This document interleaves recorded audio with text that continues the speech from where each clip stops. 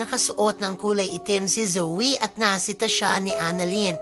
Bakit siya nakaitim? Hindi pa naman patay ang lolo nila. Nagtalo sila sa suot ni Zoe. Sinabi ni Annalyn na magsuserve sila pero sabi ni Zoe, andito siya, hindi para mag-serve. Pinaalala ni Annalyn na mga apo sila ni Lolo Pepe at may obligasyon sila na asikasuhin ang mga bisita nila. Umiwas muna si Zoe sa mga kaibigan ni Annalyn dahil naasar siya sa mga biro nila. Samantala napansin ni Doc Joy na parang hindi okay si Zoe. Sabi ni Zoe, my lolo is fighting for his life and yung mga tao, imbes na damayan ako, they're mocking me. So do you think I'm okay? Sabi ni Joy, Zoe, I'm your friend. Wag naman pati ako ay tatarayan mo. Nagsorry si Zoe. Gusto na muna niyang mapag-isa. Sabi ni Joy, tawagin na lang siya kung kailangan siya ni Zoe. Umalis muna si Joy at nag-iisa si Zoe. Naupo si Zoe at hinipo ang ulo. Parang nahihilo siya hanggang may narinig siyang boses na tinatawag ang pangalan niya. Paulit-ulit niyang naririnig ang pangalan niya. Nakaboses ng lolo niya. Natatakot si Zoe nang biglang sumulpot si Annalyn. Sinundan pala siya nito. Nagalit pa si Zoe kay Annalyn. Tanong ni Zoe kay Annalyn, ikaw yun, di ba? Nagtataka si Annalyn. Ha? Anong ako? Sabi ni Zoe, ginaya mo ang boses ni Lolo Pepe. Bakit mo ginawa yun? Ha? Kinatakot mo ko. Bakit mo ginawa yun? Hawak ni Zoe ang braso ni Annalyn. Nagtataka si Annalyn. Umalma na siya.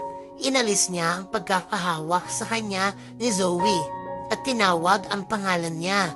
Natauhan si Zoe at nakatitig kay Annalyn. Zoe, anong nangyayari sa'yo?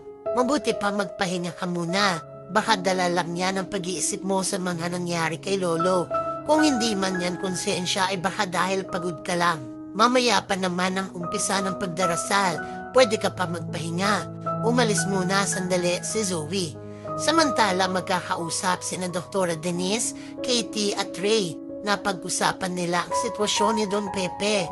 Sabi ni Katie, maaaring maging katulad siya ni Doc RJ or mas malala ay magmistula siyang lantang gulay. Pero umaasa naman si Doc Ray na hindi ito mangyayari. Kaya nga sila lahat narito para sa kanya at pinagdarasal siya. Sa kabilang banda, nakausap ni Lynette si RJ. Kinomfort niya ito habang naghihintay sila sa pag-uumpisa ng prayer vigil. Pinapayuhan at pinapalakas niya ang loob ni RJ. Sabi ni Lynette, sigurado ako na proud sa iyo si Don Pepe. At kapag magising siya, yun ang unang-unang sasabihin niya sa iyo. Hinawakan ni Lynette ang mga balikat ni RJ na tanda ng pagsuporta niya rito. Salamat Lynette, palagi ka nandyan sa oras na kailangan ko ng masasabihan ng mga nararamdaman ko. Ang hindi nila alam ay may makakakita pala sa kanila. Samantala nagpunta rin si Moira sa prayer vigil. Nakasuot naman siya na kulay pula at halatang lasing. Niyakap niya si Giselle at binate. Oh, hi Giselle, my poor sister-in-law. Sumagot si Giselle.